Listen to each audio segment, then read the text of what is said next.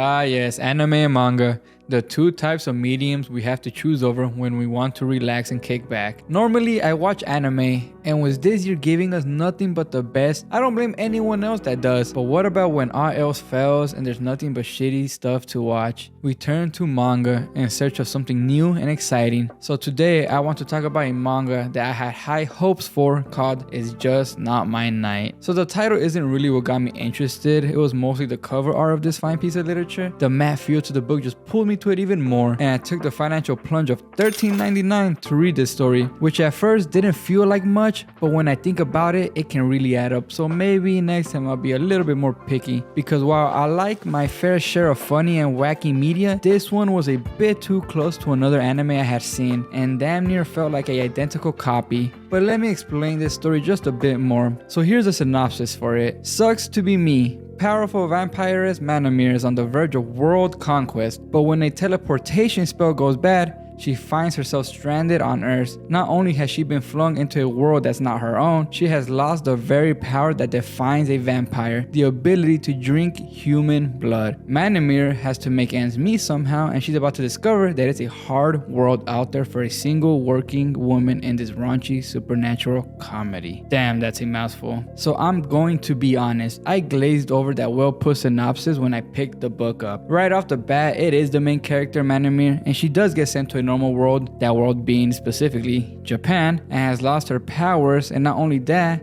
she has also turned into a smaller version of herself. And this here's when the deja vu hit me. I started feeling like I had seen this before. And no, I'm not talking about the isekai aspect, because we all know you'd have an easier chance of getting away from Jason in a horror movie than being able to avoid an isekai these days. I'm talking about her literally turning small, and then the story goes into her realizing her powers are gone, which I'm not too awed by it. You find that a lot in anime. But then it goes with a whole being broke plot point, the way the character acts with the usual ignorance to the world and everything around them. I keep thinking, where have I seen this before?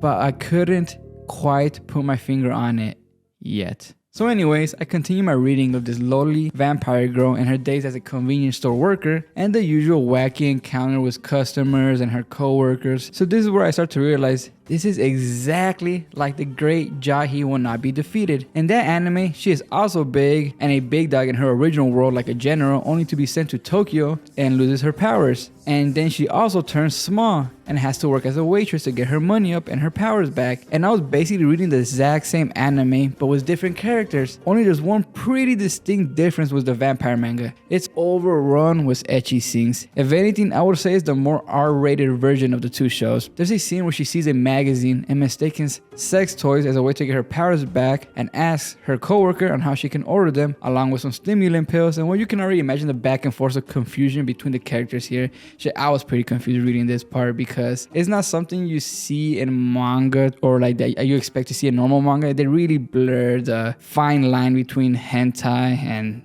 anime. So anyways, reading volume 1 has not been the worst experience I've had when trying out a new book, but I will say this, I can't see myself picking up the second volume of the manga just because of how similar it is to the great Jahi Will Not Be Defeated and how the story is already seeming repetitive, and I'm sure it will bore me harder than the filler episodes in One Piece. But if you are a big fan of the Jahi anime and her way of being but felt it missed or needed ecchi scenes, then you will love It's Just Not My Night, Tale of a Fallen Vampire Queen. I will be honest, I don't know how many volumes the manga is, I don't know if it will eventually be turned into an anime. I would be surprised, and I wouldn't be surprised if it did, but that's my recommendation to you guys. Go read it. It's nothing too bad. It's very similar to the other, like I said. And well, that's about it. Subscribe, give me some manga recommendations I will not regret, and see you guys again next time. Peace.